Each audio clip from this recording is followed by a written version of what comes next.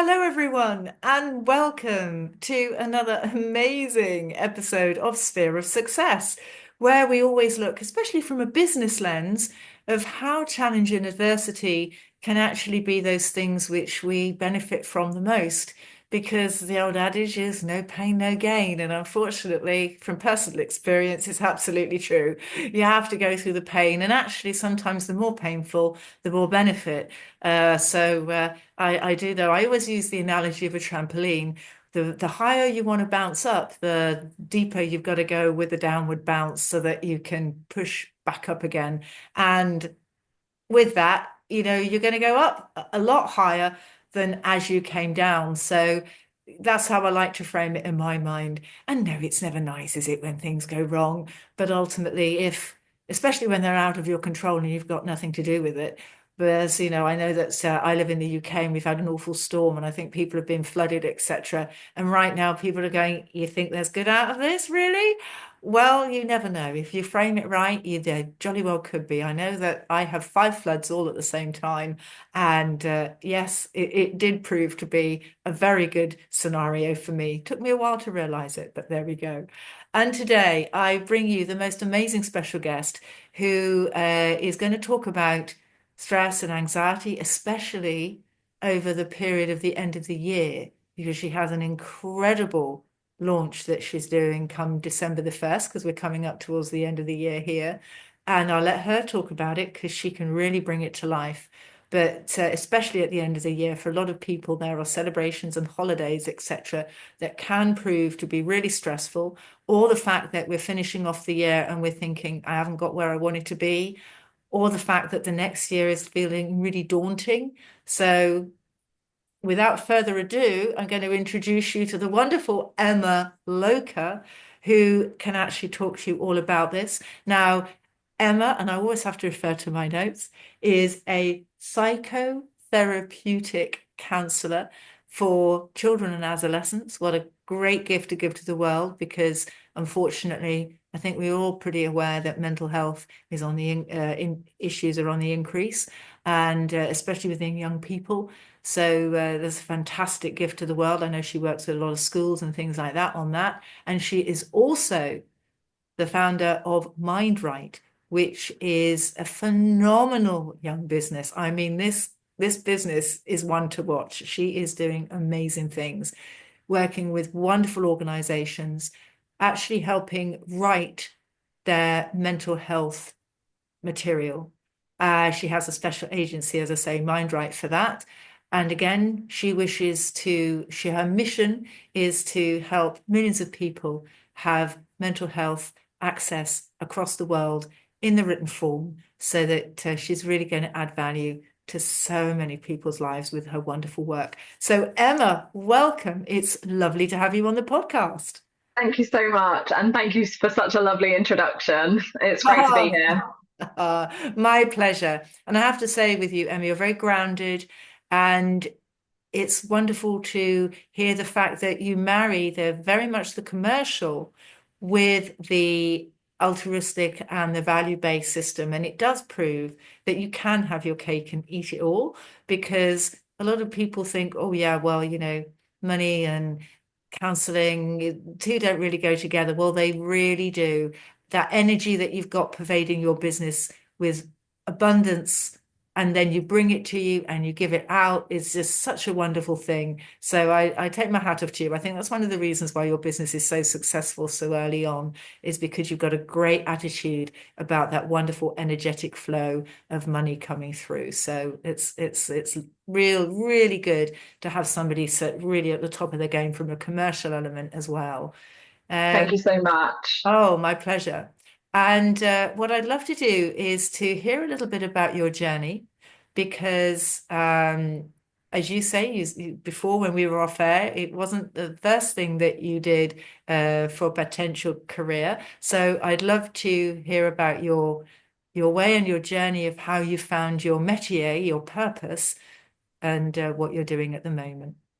Yeah, of course. I sort of grew up in a little countryside village in the UK, and I started out sort of studying biology. That's where I thought my love was, in terms of what I wanted to do. So I studied that at university, and then a year in, realized that it really wasn't for me. I hated it, to be honest with you, and I really wasn't enjoying it. And I was like, oh my God, what am I going to do? I'm now into this course that I have to see through.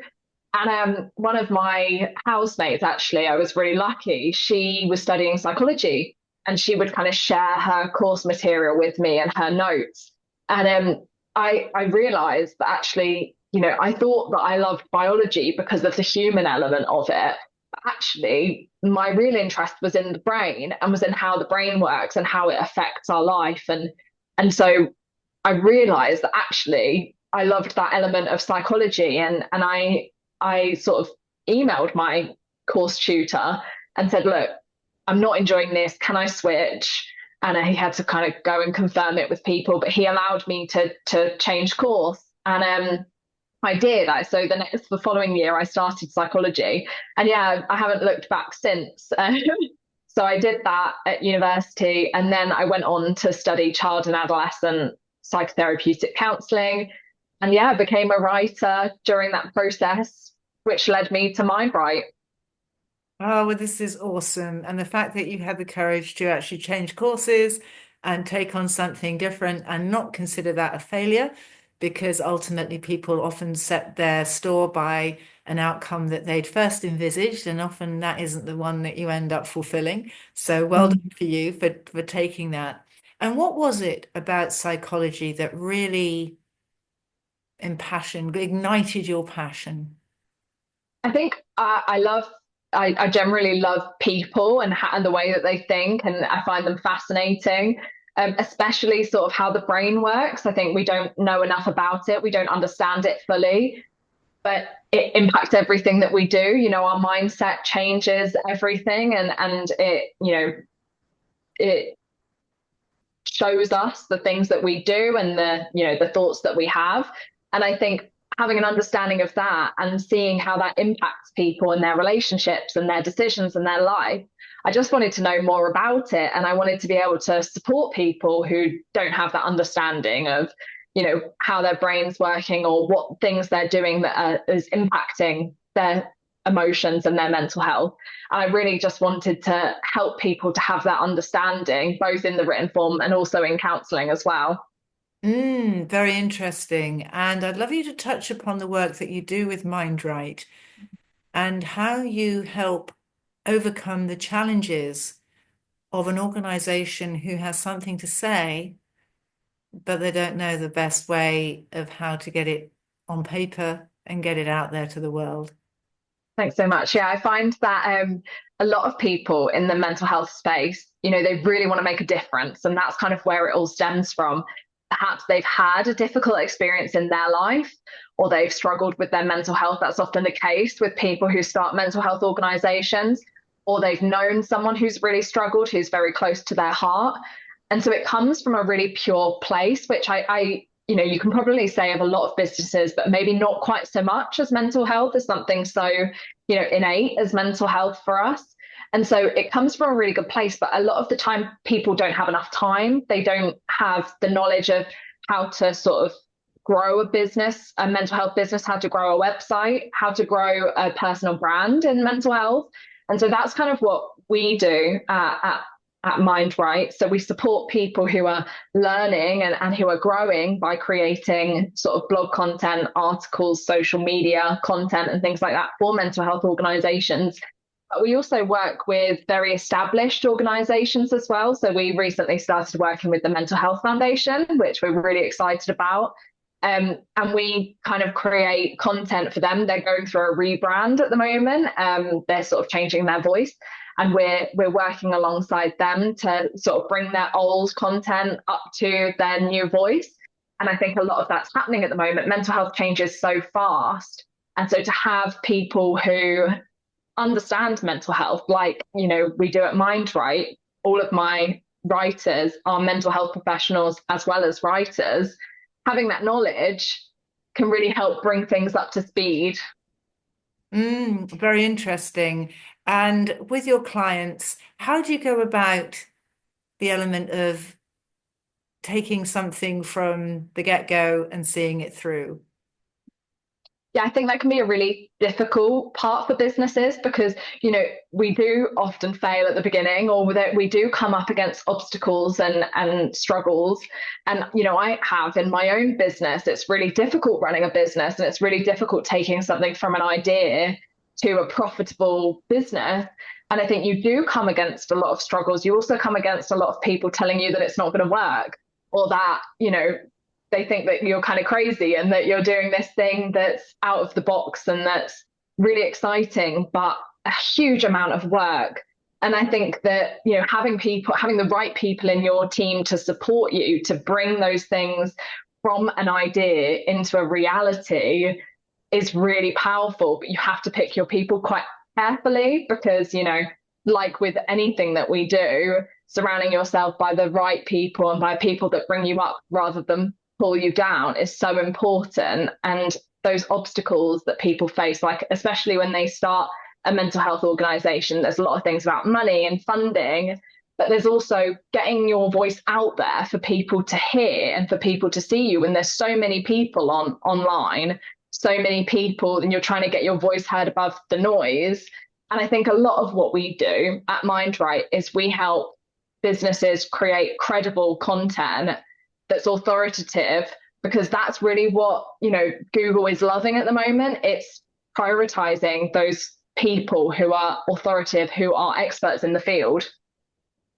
Interesting. So, how do you go about kind of resonating the voice of your client? I think it's really important to understand the brand to start with. And so what I do right from the offset is I get on a call with my clients, and it's often sort of the founder or the CEO, and we chat about their business and about where it came from and about where they want it to go, and what the journey has been like. Because I think understanding the person and understanding the motivations behind their company helps you understand a lot of what they're trying to achieve, and why they do what they do. And voice is such an important thing. When we take on a client, we want to be able to, use their voice to help them, to sort of springboard them. And so really getting to know that person and understanding what they want out of their business and who they want to help and how they want to come across, and also just who they are and how they like to speak, and what they want to be known for is really important, because we all have our own voice and it deserves to be celebrated. Yes, very interesting. We all have that unique element of how we say it. And you want the congruence, don't you, of writing Yeah. something, and then if somebody speaks to the person in charge or of the department, or if they're a solopreneur or what have you, that there's not a big disconnect. And you think, hang on a minute, you don't write like you speak. And that's the thing, people say that no one can tell your story like you can tell it. But if someone understands your story, it makes it a lot easier for them to talk, in a way that resonates with you and that resonates with your audience. So what do you do first of all? You have the call with the client, and then how do you go through that process then of making sure that things are getting written that the client is happy with, and that how do you get to know what the purpose is from the initial discussions that you've had? Yeah, so I kind of chat about, what their aims are and what they're currently working on at the moment and what they need support with. And then I tell them a little bit about my team, the fact that we are mental health experts, professionals, and that, they all have experience in writing as well. And I allocate someone who I feel is the best fit for them. So say we're working with a drug and alcohol rehabilitation center. Well, I've got a writer within my team who's a medical technician. She's a medical professional, but she also has experience with drug and alcohol addiction, in a clinical setting, but also, personally as well. And she's experienced both sides. And so, matching someone in my team with that client, but all of the communication being through me, and then, knowing me and me communicating, it makes things a lot easier for them, because they don't have to organize all of the things. And I think there's so much organization when it comes to starting a new company or running a company, that it's nice for someone else to take the reins when, you know that they're sort of trying to make your mission a reality. And yeah, so just sort of matching up the writer with the project and then really just trying to make it as seamless for the client as possible. They set a deadline or we discuss a deadline and we make sure that it's done hopefully before that deadline, but usually, on the time or the day before, just so they don't have to worry. Because I know it's such anxiety, it's very anxiety inducing waiting for deadlines and things like that. And who would be your ideal client? My ideal client. Oh, well, I love Psychology Today. There's such a big, massive company and, one I've always wanted to work with. I've been really fortunate in that, some of the companies that I have dreamed of working with, I have actually started working with, which is very exciting. Mental Health Foundation being one. I also recently was chatting with Positive Psychology, which is another big mental health and psychology publication on, like a website. And I was really excited about that. I've had the pleasure of working with Mind in the past, but I really want to, get back into that and work with them again, because I think especially the US and the UK, there are so many mental health organizations that are doing such incredible things. It's just so lovely to be a part of them. And with that number, because mental health is a very crowded space in the Mm. terms of a commercial perspective in the industry sector, what would you say, having somebody like yourself to assist with the creating of the writing and the collateral in that way, how can you help people to elevate themselves above their competition? I think I think a lot of it is building an audience, but building trust as well. So one, getting the people to see you, because if they can't see you, then, for them, you don't exist.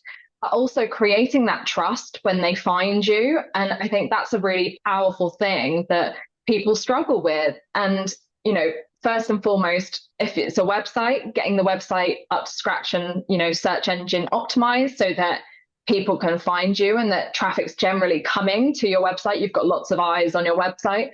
Also, then getting authoritative content that's written by professionals and by experts who understand how to talk about mental health and so many people are struggling with mental health, and if they can look on a screen and read a blog or an article and think this person understands what I'm going through, they know what it is, what it means to have depression, to have anxiety, and actually they're really trying to support me, that builds trust. And those people will come back again and again and again if they feel like you're a trustworthy source of accurate information. Mm. Yes, and this is the whole thing, isn't it? It's about trust, Mm. Yeah. relationships, and trust. Um, as you're contributing to social media, I love your thoughts on how you think social media, I have no judgment on this, Mm. but mental health, would you say has been on the increase issues, or would you say it's on the decrease, or about the same as it was, say, a few years ago? I definitely say it's on the increase. I think that our understanding has grown so much about mental health, and which some people put it down to, but personally and from my experience, a lot of it is on the increase. And I think that's down to the isolation that a lot of people feel, especially with social media, like you mentioned. Social media is becoming such a pervasive element. Well, it already is such a pervasive element in our lives, and people can't pull themselves away from it. And so we're living two realities. We live our in-person reality and we live our online reality. And the two don't often go together. You see the glamorized side of it on social media. And that, part of that is great for businesses because you can really showcase what you're doing and you can you can reach such a huge amount of people so immediately and so quickly. In terms of the personal side of things, we are a more isolated society because there are so many people who are spending so much time online. And while it can be a community building thing, it can also be really isolating, especially for the younger generations. And this now, I truly hear what you say. I'm a natural introvert, and it takes a lot for me to want to go out and mingle.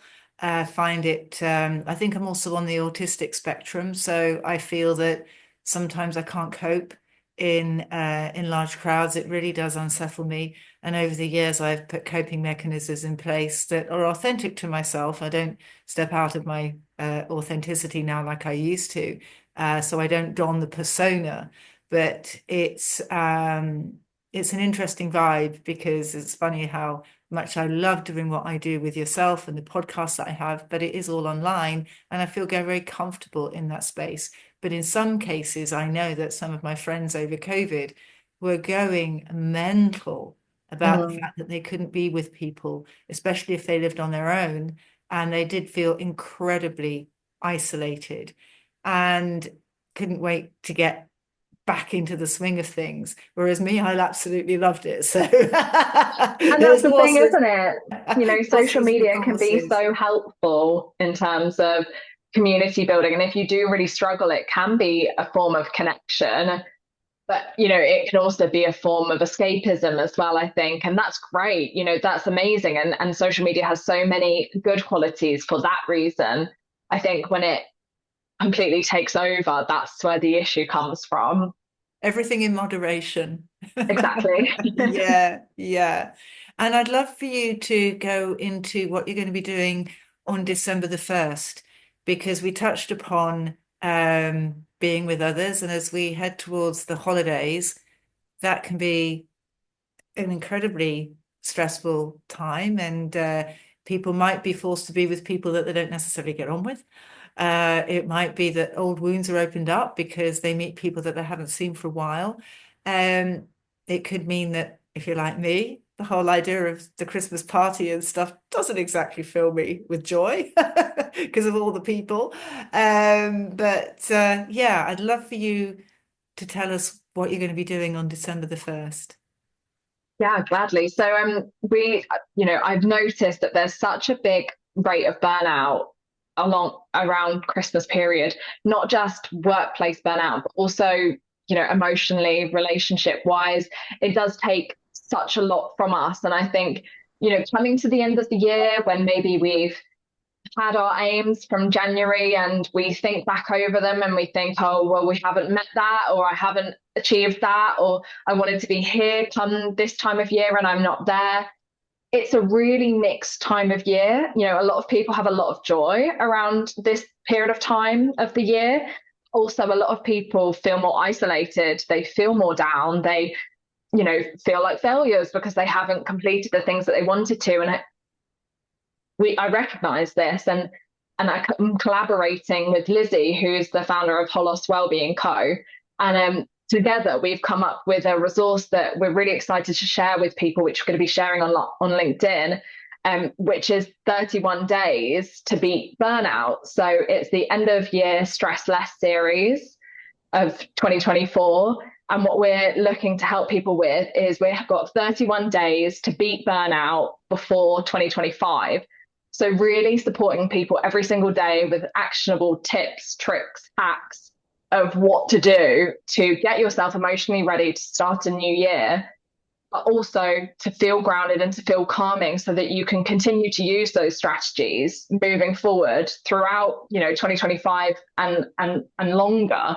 And what we'll be doing, which we're really excited about, is we're going to be doing a giveaway at the end of, so we're going to be doing it on the a New Year's Day giveaway, so to speak. And, you know, so Lizzie's a emotion focused therapist, and she helps people a lot in the workplace with workplace well-being. And obviously me with MindWrite, we support mental health organizations to help people struggling with mental health. And so we'll be doing a big giveaway at the end. So yeah, it's going to be really fun. It's going to be really exciting. And we're really looking forward to sharing all of the useful content.